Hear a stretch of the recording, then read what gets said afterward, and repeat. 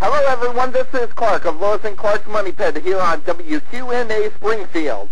I am taking a couple of minutes and I'm here talking to Michael Ray. Now you might not know who Michael Ray is by name, or maybe you do.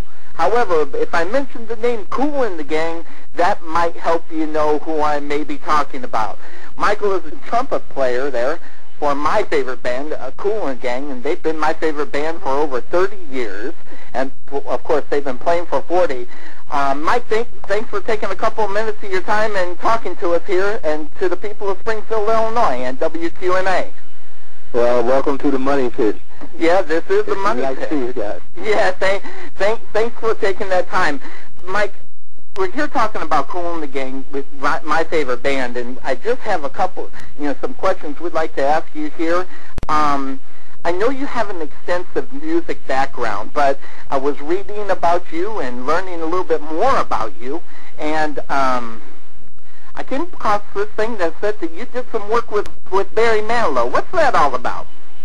Oh, it's just a union gig back in the day. Back in the day? Yeah. Were you like a background player for him? Yeah, it was just a gun for hire. Ah, very good. Okay. So this was like when you were first getting out and getting known and things like that?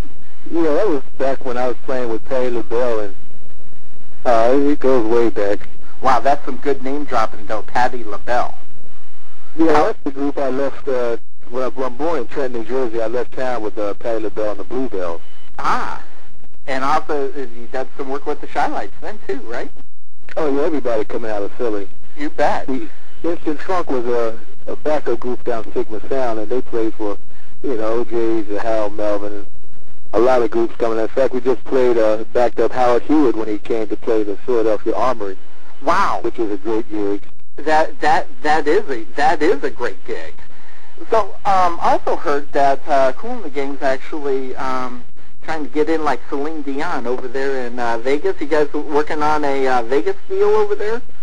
Yeah, I think we're going there December 26th and 27th. Ah, so is that like a long-standing gig that you guys are looking for? Well, it depends on the buyer, I think so. Well, Kool always keeps a lot of irons in the fire, so you never know. Yeah, very good. All right, sounds good. We're actually on our way to Paris tomorrow. Ah, that's what I was getting. So what are you guys doing over in Paris?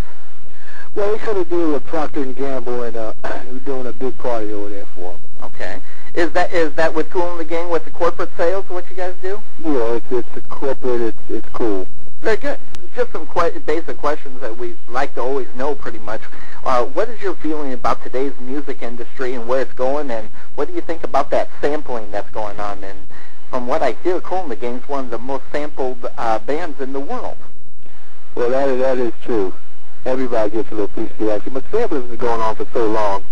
I mean, George Clinton was with the Parliament Funkadelic. He was the brainchild to say, look, okay, I'll give you these samples, but here's the contact. So if once you hear it, it's an automatic percentage that he gets out of it. Right. As opposed to like with James Brown, he's like, oh, that's right, that's my music. Mm-hmm. Now, was George Clinton basically the foundation of sampling, you think, or? No, it goes way back. Goes way back? It goes back to Sun Ra. I also play with Sun Ra Orchestra, and he's also one of the most sampled jazz musical artists on the planet. Great. How do you feel about the band members? I mean, here you are, you're playing years and years. Kool and the Gang's bringing in these younger guys to play with the band. How's that going for you? How's that working with you? Oh, I enjoy every minute of it. We got the youngsters on board, and plus, with Jamad and Novell, when I look across the stage at them, I get some newfound inspiration. Well, Michael, let me say, a lot of times we have to play the same songs, and when you interject some different energy in it, it's good, Well, I know Michael Ray as the dancer of Kool and the Gang, probably the most energetic guy on the stage. And if anybody hasn't been to a Kool and the Gang concert, let me tell you something. I've only seen Kool and the Gang 33 times in concert, so that kind of gives you an idea about how my feeling about Kool and the Gang is they have a band of, I would say sometimes around 15 people on stage at one time, and there you'll see Mike he'll be dancing from one end of the stage to the other. And is that actually choreographed in with the actual concert that you guys do? Well, you just let it do what it do. You know, it's like I said, if we're doing the same songs, there's certain songs that we have to play out of a set list. You bet.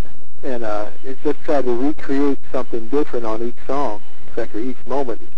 That's why, you know, it's a blessing from the Creator. And also, people come to see you, not only hear you. So I'm still flipping and dipping and dabbing. What size is that shoe, by the way? That shoe has got to be a 14.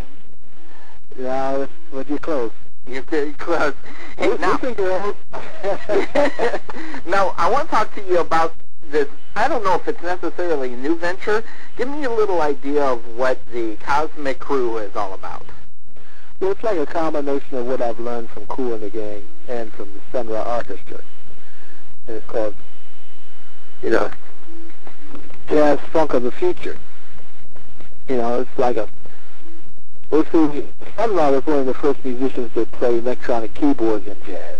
And he's one of the first musicians to introduce African instruments with the entire big band playing it.